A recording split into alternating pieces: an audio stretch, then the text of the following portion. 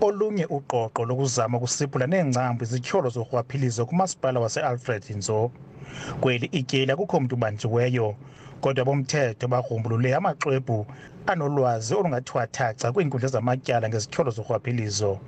Kuthiwa kukho ikhampani eye yanikezwa ithenda ngumasipala ngokungekho semthethweni, zizityholo ke ezi, and ikhampani ke leyo yaye yasebenzisa le mali uyifumana ukuthi ikhutshwe away from umasipala.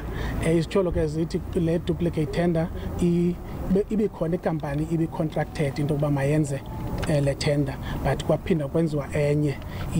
That's where i-fraud comes in. Amapolisa atyhola iimanejala eziphezulu zalo masipala wase-Alfred Nzo ngokusebenzisana nenkampani yabucala kwizenzo zorhwaphilizo.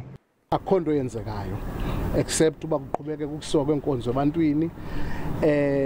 Nawuphi ke umasipala okanye naliphi iqumrhu likarhulumente kusekutheni xa kukhona izityholo makuphandwe.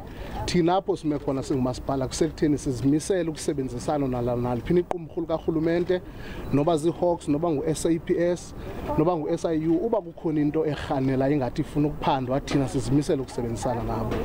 Ngumasipala wesibini lo ukuqoqwa ngooKhetshe kwiveki enye kuqoqwe kumasipala wase-Ekaradokwe kwiveki enye. Ndinkululeko Nyembezi weendaba ze-SABC, eMaxesibeni.